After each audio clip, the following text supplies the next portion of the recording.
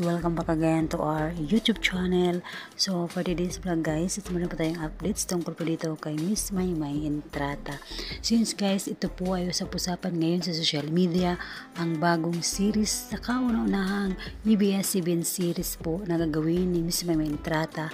Ito nga po ang Roja.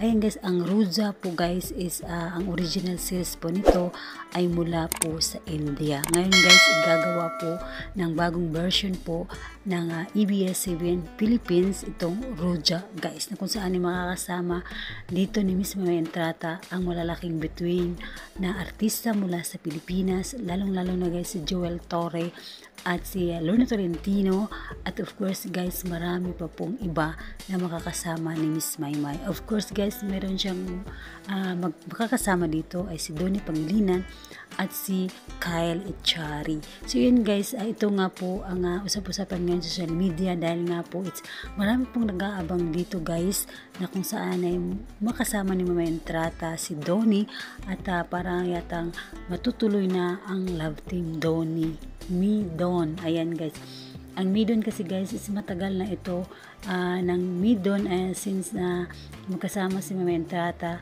at si Donnie Pangilinan sa Pinoy Big Brother noon, talagang tinatambal na sila, pero hindi nga ito natuloy-tuloy dahil nga nagkaroon ng love team si Maymay. Ito nga si Edward Barber ay tinatawag lang Mayward.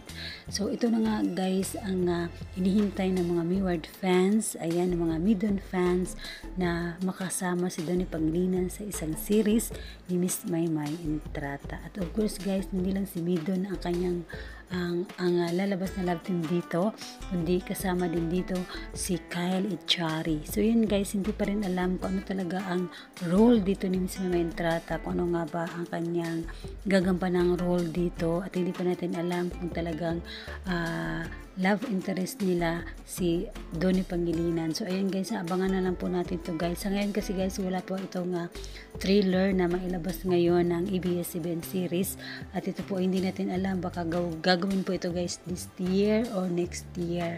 Ilalabas nila po ang full trailer ng Roja.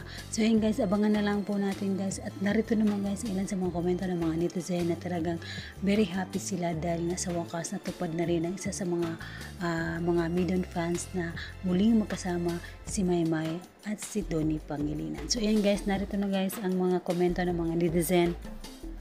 Panoorin po natin guys, at of course kung meron po kayong komento, reaction at opinion sa video yung napanood, at kung meron po kayong komento tungkol sa Roja, sa bagong pagsasamahan ni Donnie Pangilinan at ni Kyle Echari, mag-comment po kayo guys sa baba ng ating video na ito. At maraming salamat guys, at of course huwag niyo kalimutan guys mag-subscribe po kayo sa ating YouTube channel at pag-click po guys ang bell icon for updates to all our video na in-upload po natin dito to our YouTube channel. Yan lang po guys, at maraming salamat po sa inyong lahat.